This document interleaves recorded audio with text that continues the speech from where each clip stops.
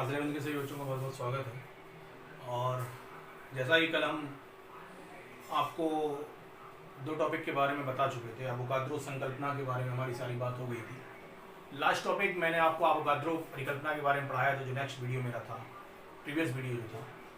आज जो मैं आपको बात करूंगा वो अवोगाद्रो के नियम के अनुप्रयोग के बारे में, उसके उपयोग के बारे में बात करूंगा कि अवोगाद्रो के नियम के प्रमुख रूप से क्या उपयोग है। तो आइए वीडियो को स्टार्ट करते हैं, पढ़ते रहिए, ध्यान रखना है बिल्कुल टॉपिक पे। अवोगाद्रो ने सबसे पहले यहाँ पे जिस परिकल्पना को अपनी प्रस्तुत करने का कार्य किया था, उस परिकल्पना के अंतर्गत उन्होंने डाल्टन के परमाणु सिद्धांत के अंतर्गत कुछ संशोधन किए।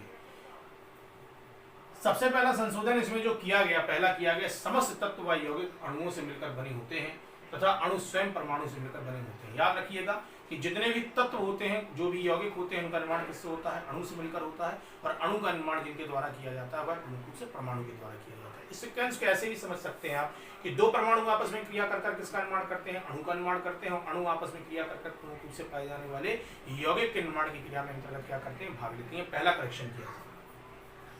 दूसरा करेक्शन आ जाओ, लिखा है तत्व के अणु एक ही प्रकार के परमाणु और यौगिक के अणु भिन्न भिन्न प्रकार के परमाणुओं से मिलकर बने होते हैं। याद रखना है तत्व का निर्माण परिभाषा में मैंने आपको जैसे शुरुआत में बताया था सबसे पहली वीडियो में, तत्व किसे कहते हैं? तो वे पदार्थ जिनका निर्माण एक ही प्रकार के अणु से मिलकर होता है, पाए जाने वाले इस प्रकार के पदार्थ को हम तत्व के नाम से क्या करते हैं? जानते हैं। और यौगिक होता है, यौगिक चूंकि प्रमुख रूप से दो तत्वों को जब एक समान अनुपात में मिलाने का कार्य किया जाता है तो बनने वाली संरचना प्रमुख रूप से यौगिक के नाम से क्या की जाती है? जानी जाती है। तो यौगिक में पाए जाने वाले अणु कैसे होते हैं? भिन्न भिन्न। और पाए जाने वाले प्रमुख रूप से परमाणु जो आपके तत्व होते हैं उनमें पाए जाने वाले प्रमुख रूप से जो अणु होते हैं वो कैसे होते हैं? एकदम समान रूप से उपस्थित रहने का क्या करते हैं? कार्य करते हैं। तीसरे पॉइंट पे आ जाओ, लिखा है परमाणु स्वतंत्र अवस्था में नहीं रहता। ये विशेष तौर पर याद रखना है। परमाणु जो है वो नवजात होता है। नवजात मतलब वो स्वतंत्र नहीं रह सकता। ऐसे नहीं रह सकता कि प्रमुख रूप से अगर सोच ले कि हाइड्रोजन सोच ले कि हम प्रमुख रूप से केवल मुक्त अवस्था में परमाणु के रूप में घूमते रहे, नहीं घूम सकता। क्यों? क्योंकि जो पाए जाने वाला परमाणु होता है, इसका प्रमुख रूप से पाए जाने वाले ये अत्यधिक सक्रिय होता है। इतना अधिक सक्रिय होता है कि ये प्रमुख रूप से आपस में पाए जाने वाले किसी भी परमाणु के साथ क्रिया कर लेगा और तुरंत प्रमुख रूप से अणु के निर्माण का क्या करता है? कार्य करता है। तो इसको याद रखना है, परमाणु स्वतंत्र अवस्था में नहीं पाए जाते, किंतु यह रासायनिक अभिक्रियाओं में भाग लेते हैं। रासायनिक अभिक्रियाओं में भाग लेने से पहले अणु, अब याद रखना, रासायनिक अभिक्रिया में परमाणु भाग लेता है, लेकिन सीक्वेंस कैसा है? सीक्वेंस ये है कि रासायनिक अभिक्रिया में प्रमुख रूप से तत्व भाग लेते हैं और तत्व में अणु उपस्थित होते हैं। अणु परमाणु के रूप में परिवर्तित होता है। परमाणु रासायनिक अभिक्रिया में भाग लेकर प्रमुख रूप से पाए जाने वाले उत्पाद के निर्माण का क्या करता है? कार्य करता है। तो याद रखना है इसको, परमाणु स्वतंत्र अवस्था में नहीं पाए जाते हैं, रासायनिक अभिक्रिया में भाग लेते हैं और रासायनिक अभिक्रिया में भाग लेने वाले अणु परमाणु में विभाजित हो जाते हैं और पुनः प्रमुख रूप से क्रिया करके अणु के निर्माण का क्या कर लेते हैं? कार्य कर लेते हैं। अगला आ जाओ, गैलुसैक के गैस की गैसीय नियम की व्याख्या करने में। तो अवोगाद्रो का जो नियम है इसका उपयोग प्रमुख रूप से गैलुसैक के गैसीय नियम की व्याख्या करने में भी प्रमुख रूप से इसको उपयोग में लाने का कार्य किया जाता है। लिखा है इसमें, अवोगाद्रो के नियमानुसार ताप व दाब समान होने पर विभिन्न गैसों के समान आयतनों में अणुओं की संख्या कैसी होती है? समान होती है। मतलब अगर हम किसी गैस के अंतर्गत किन्हीं दो ऐसी गैसों को लेने का कार्य करें, जैसे हम प्रमुख रूप से पाए जाने वाली हाइड्रोजन को लेने का कार्य करें और प्रमुख रूप से पाए जाने वाली क्लोरीन को लेने का कार्य करें। हाइड्रोजन और क्लोरीन को हमने लिया, देखो दोनों गैसें प्रमुख रूप से कैसी हैं? अलग अलग। हमने इनके ताप और दाब को कैसा कर दिया? नियत कर दिया। अब इनको नियत करने के बाद अगर हम प्रमुख रूप से इनके मध्य में क्रिया कराएंगे तो यहाँ पे ट्वाइज HCl मतलब हाइड्रोक्लोरिक अम्ल के निर्माण का कार्य कर लिया जाएगा।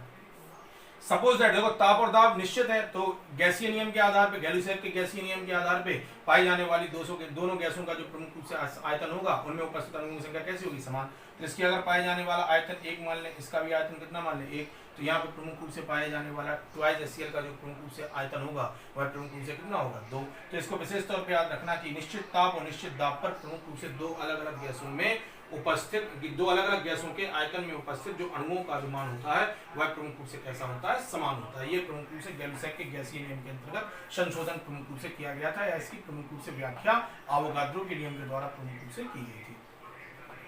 अगला देखो, अगला है तीसरा, गैसीय तत्वों की परमाणुकता ज्ञात करने में। अब गैसीय तत्वों की परमाणुकता क्या होती है? परमाणुकता। परमाणुकता का मतलब समझ लो, परमाणुकता का मतलब होता है कि मतलब उस गैस के अणु के निर्माण में कितने परमाणु भाग ले रहे हैं, किसी गैस के अणु के निर्माण में कितने परमाणु भाग ले रहे हैं, वही उसकी प्रमुख रूप से परमाणुकता के नाम से क्या की जाती है, जानी जाती है। जैसे देखो हाइड्रोजन लिखा है, क्या लिखा है, हाइड्रोजन। हाइड्रोजन में कितने लिखा है नीचे, हाइड्रोजन के नीचे लिखा है 2, क्या लिखा है, 2 लिखा है कि नहीं लिखा है। तो भैया हाइड्रोजन का निर्माण कितने परमाणु से मिलकर हुआ है, 2 परमाणु से मिलकर हुआ, तो इसकी परमाणुकता का मान कितना हो जाएगा, 2। इसी प्रकार से अगर निकालो Cl2 क्लोरीन का निकालो, तो क्लोरीन का निर्माण भी प्रमुख रूप से इसकी परमाणुकता का मान कितना हो जाएगा, 2, क्योंकि क्लोरीन का निर्माण भी किससे हुआ, जो क्लोरीन है, क्लोरीन जो हमारी प्रमुख रूप से पाई जाने वाली क्लोरीन है, क्लोरीन का निर्माण भी 2 प्रमुख रूप से पाए जाने वाले परमाणु से मिलकर हुआ। तो किसी भी अणु के निर्माण में, किसी गैस के अणु के निर्माण में जितने भी परमाणु भाग लेते हैं उसकी क्या कहलाती है, परमाणुकता के नाम से जानी जाती है। अगला और डी में आए, अगला है गैस के वाष्प घनत्व तथा आणविक द्रव्यमान के मध्य संबंध स्थापित करने में अवोगाद्रो के नियम को उपयोग में लाने का कार्य किया जाता है। इसके अंतर्गत क्या लिखा है, निश्चित ताप व दाब पर किसी गैस का निश्चित आयतन में द्रव्यमान तथा हाइड्रोजन के उतने ही आयतन के अनुपात को उसके वाष्प घनत्व के नाम से क्या करते हैं, जानते हैं। थोड़ा सा टेक्निकल भाषा है, थोड़ा सा याद करने में थोड़ी सी कठिनाई होगी, तो मैं इसको आप एकदम सिंपल भाषा में बता देता हूँ। संबंध अगर आपसे कभी प्रमुख रूप से पूछ लिया जाए, किसमें, गैस के आणविक द्रव्यमान में और प्रमुख रूप से वाष्प घनत्व में, तो कैसे निकालेंगे, तो गैस का आणविक द्रव्यमान जो होता है, गैस का आणविक द्रव्यमान जो होता है वह वाष्प घनत्व के पाए जाने वाला प्रमुख रूप से जो हमारी अवोगाद्रो संख्या होती है, जब इसके मध्य में प्रमुख रूप से संबंध बताया जाता है, तो संबंध में विशेष तौर पर याद रखना कि किसी गैस का वाष्प घनत्व का जो मान होता है ना, किसी गैस का वाष्प घनत्व जो होता है वह पाए जाने वाले प्रमुख रूप से गैस के आणविक द्रव्यमान के 2 गुने मान के प्रमुख रूप से कैसे होता है, बराबर। अर्थात क्या संबंध होता है पाए जाने वाले वाष्प घनत्व तथा आणविक द्रव्यमान में, किसके, गैसों के वाष्प घनत्व और आणविक द्रव्यमान के मध्य में क्या संबंध होता है, तो जो गैस का आणविक द्रव्यमान होता है वह उसके पाए जाने वाले वाष्प घनत्व, यानी किसी भी पाए जाने वाले गैस का जो वाष्प घनत्व होता है वह प्रमुख रूप से पाए जाने वाले गैस के आणविक द्रव्यमान के मान के कैसे होता है, 2 गुना अधिक होता है। यह प्रमुख रूप से पाए जाने वाला इसके मध्य में संबंध होता है। अगला आता है ई वाला ऑप्शन। अगला देखो, ई में आ जाओ बेटा, ई में देखना, गैसों के आयतन तथा द्रव्यमान में संबंध स्थापित करने के लिए, मतलब गैसों का आयतन और उसके द्रव्यमान के मध्य में संबंध स्थापित करने के लिए हम प्रमुख रूप से अवोगाद्रो संख्या को उपयोग में लाने का कार्य करते हैं। किसी भी गैस के लिए जो पाया जाने वाला प्रमुख रूप से जो निश्चित ताप, एनटीपी लिखा है, निश्चित दाब एवं ताप पर किसी भी गैस के लिए जो प्रमुख रूप से पाए जाने वाला जो आयतन का मान होता है वह प्रमुख रूप से कितना होता है, 22.4 प्रमुख रूप से लीटर उसका प्रमुख रूप से मान माना जाता है। अगला आता है एफ में, देखो एफ के ऑप्शन में गैसों के रासायनिक सूत्र के निर्धारण में, गैसों का रासायनिक सूत्र कैसे निर्धारित किया जाएगा, तो इसको विशेष तौर पे याद रखना। जैसे मान लो अमोनिया के निर्माण के बारे में बात करते हैं, तो अवोगाद्रो बताता है कि प्रमुख रूप से पाई जाने वाली इस गैस का निर्माण किन किन चीजों से मिलकर हुआ, तो आपको मालूम है इसमें दिखाई पड़ रहा है नाइट्रोजन और प्रमुख रूप से पाई जाने वाली हाइड्रोजन। नाइट्रोजन और प्रमुख रूप से हाइड्रोजन को जब आपस में मिलाओगे तो किसके निर्माण का कार्य किया जाएगा, अमोनिया के निर्माण का कार्य किया जाएगा। तो इसको बताने का कार्य किसने किया, अवोगाद्रो ने प्रमुख रूप से इसको बताने का कार्य किया कि आप प्रमुख रूप से जब नाइट्रोजन को हाइड्रोजन के साथ मिलाओगे तब अमोनिया के निर्माण का कार्य किया जाएगा। इन सब चीजों को हमें याद करना है, इनमें ज्यादा टेक्निकल चीजें समझने के लिए नहीं होती।